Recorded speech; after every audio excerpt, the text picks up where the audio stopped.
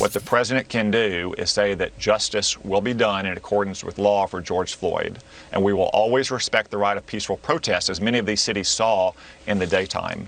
But the rioting, the anarchy, and the looting ends tonight.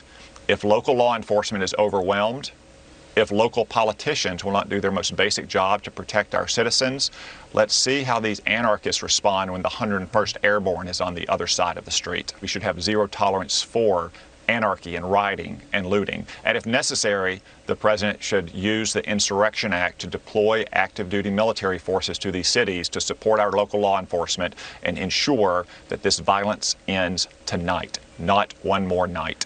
Using the United States military on American citizens, that is a literal war crime. And don't worry, this psychotic Senator Tom Cotton doubled down on Twitter as well, backing up Trump by calling the anti-fascists, which is what Antifa stands for, and they aren't even an organization, terrorists, and then doubling down on using the military against them, doubling down again, tripling down with other parts of the military. So, cool! Love seeing a United States Senator advocating for what military dictatorships do, especially when the American police are doing a pretty good job of brutalizing the protesters themselves and also just killing black people on the regular, just as a little bit of a side. I mean, that's illegal. There's clear, it's a war crime, as I mentioned, 100%. Not that United States presidents or senators care about war crimes or international law. They pretty much wipe their butts with it.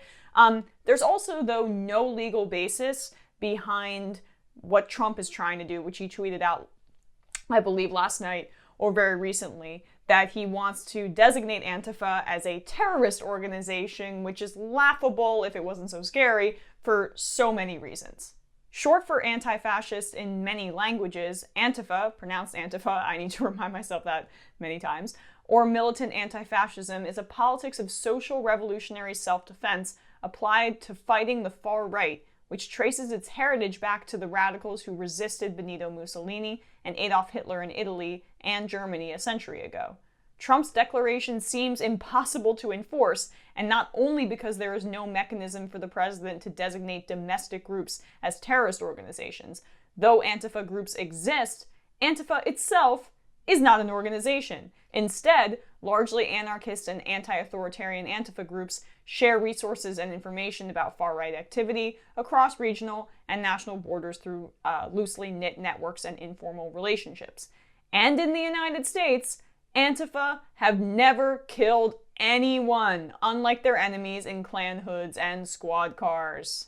So Donald Trump and Tom Cotton, far-right loons, are advocating for sending the military against its own citizens, against a group that isn't even a group, because they are anti-fascists. That's a pretty clear-cut way to call yourself a fascist if you are trying to designate people who are anti-fascists, not part of any coherent structure of a group, as terrorists.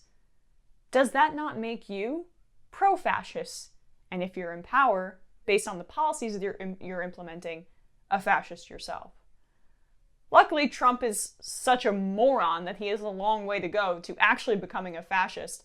But it shows where his loyalties lie, and it certainly shows where Tom Cotton's loyalties lie. He is an old-school, blood-thirsty warmonger, and that clip is terrifying and should scare anybody who cares about rights in this country.